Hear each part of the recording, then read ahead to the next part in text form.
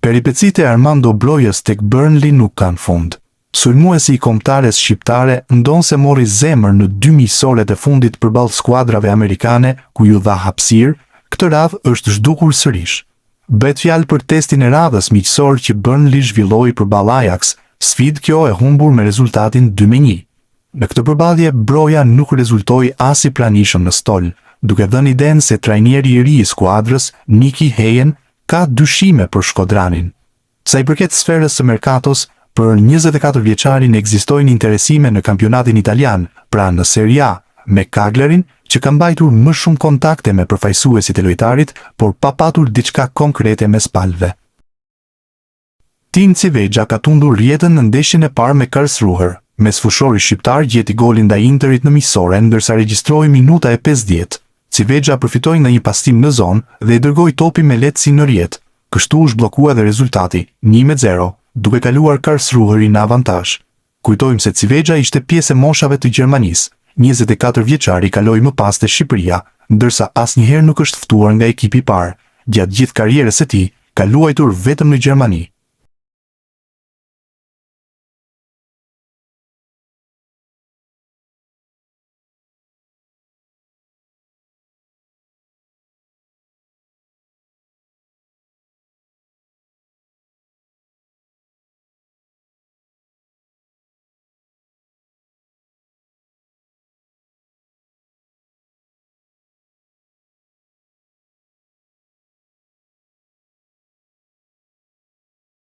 Mirlind Daku e ka nisur me gol sezonin e ri te Rubin Kazan. Sulmuesit e kombëtares i mjaftuan 12 minuta për dërguar topin në rjet, ndërsa përballë është Krasnodari. Daku mori një asist nga portieri dhe nuk mund të gabonte, ndërsa më parë kishte humbur një rast të mirë.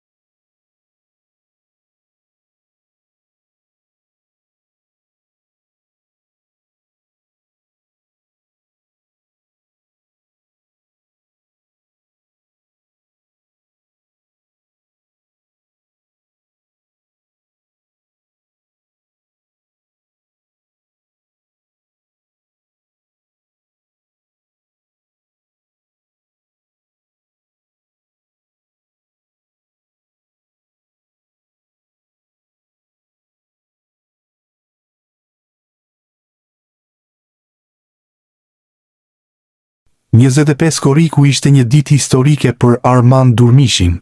Trajneri Luciano Spalletti i aktivizoi si titullar, ndërsa ishte ndeshja e dytë e fazës përgatitore. Këtë herë përballë Bardhezinjve u vendos Standard i Liezh.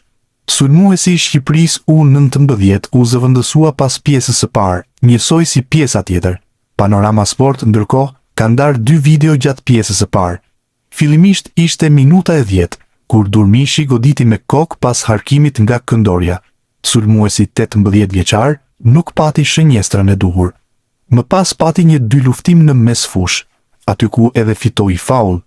Kujtojmë se Durmishi ishte golashënuesi kryesor për Juventusin e moshave në Primavera. Christian Aslani është tronditur me Interin në fazën përgatitore. Mesfushori i kombëtares pësoi një dëmtim muskulor gjatë fazës përgatitore në Gjermani. Për të nuk pritet të udhtojë nesër me pjesën tjetër drejt Azis. Interi ka të rezervuara 3 miqësore luksi gjatë kësaj kohe, që do të ishin mundësi e mirë për Aslanin. Fillimisht më 1 gusht është takimi me Manchester Cityn, më pas përballë Milanit dhe Juventusit. Kjo fazë përgatitore do të ishte mjaft interesante për Aslanin me kampionet e Italisë, për të po vlerësohet mundësia e largimit. Kujtojmë se në edicionin e kaluar nuk qëndroi nën urdhrat e Kivu, fillimisht u huazua te Torino dhe më pas te Beşiktashi. Luis Hasa është futbollisti i ri i Frozinones. Është vetë klubi Lazial që ka njoftuar afrimin e mesfushorit të Shqipërisë përmes postimi në rrjetin social në Facebook. 22 vjeçari ka firmosur një kontratë 4 vjeçare me skuadrën e tij të re, ndërsa vetë Frosinone e ka siguruar me të drejta të plota kartonin e tij, duke ja marrë përfundimisht Napolit, ekip me të cilin fitoi një titull në sezonin 2024-25. Një këpërcim i rëndësishëm ky për një prej talenteve më premtues, si në kampionatin italian të Serie A, ashtu edhe për Shqipërinë, ku Hasa bëri debutimin pikërisht përballë Izraelit në miqësoren e humbur në qershor, në drejtimin e trajnerit Rolando Maran. Ernest Muçi mund të largohet nga Trabzonspor. Sipas mediumit Epirot Report, Aston Villa ka kërkuar informacion të detajuar për 25 vjeçarin, që gjithashtu është pjesë e kombëtares shqiptare. I njëjti burim raporton se marrëveshja mes palëve do të mbyllej me 25 deri në 30 milion euro. Theksohet se si fillim, operacioni mund të nisë me një huazim, ndërsa në fund të sezonit që po vjen, klubi Premier League të ketë të drejtën e bjerjes. Ky lajm ka marrë dhe në Turqi, duke parë interesimin nga Villa Park si mjaft serioz. Kujtojmë se mesfushori me tipare sulmuese ka kontratë me klubin nga Trabzoni deri në verën e vitit 2029 me opsion rinovimi për një tjetër vit. Sulmuesi Fiorin Durmishaj bëri buj disa vite më parë, teksa vendosi të refuzonte të vishte fanellën e Shqipërisë, duke vendosur të përfaqësonte Greqinë. Karriera e tij në dukje premtuese mori një rënje të lirë pas këtij vendimi, teksa së fundmi 29 vjeçari është transferuar te skuadra serbe e Çukariçkit, duke u bërë kështu ndër të paktët futbollistë me origjinë shqiptare që luan në kampionatin serb. Gjatë karrierës së tij, Durmishaj ka qenë pjesë e skuadrave të rëndësishme greke si Olympiakos, Aris, Panionios, Ofi Kretës, teksa sezonin e kaluar ishte pjesë e Iraklis. Ai gjithashtu ka luajtur edhe në kampionatin Shqipriot dhe atë belg, teksa numëron 9 ndeshje me kombëtaren U21 të Shqipërisë, si dhe një gol të shënuar. Yasir Hasani do të rikthehet tek Esteghlal. Panorama Sport mëson ekskluzivisht se palët kanë arritur marrëveshjen që Hasani të luajë sërish në Iran. Disa ditë më parë u raportua për prishjen e kontratës nga ana e Hasanit, ndërkohë situata ka ndryshuar dhe sulmuesi i kombëtares do t'i bashkohet Esteghlalit. Rreth 850.000 euro u pagua në verën e kaluar për transferimin nga Guangzhou. Hasani ndërkohë shënoi 13 gola ndërsa regjistroi 29 paraqitje. Disa ditë më parë u raportua për prishjen e kontratës nga ana e Hasanit, ndërkohë situata ka ndryshuar dhe sulmuesi i kombëtares do t'i bashkohet Esteghlalit. Rreth 850.000 euro u pagua në verën e kaluar për transferimin nga Guangzhou. Hasani ndërkohë shënoi 13 gola ndërsa regjistroi 29 paraqitje.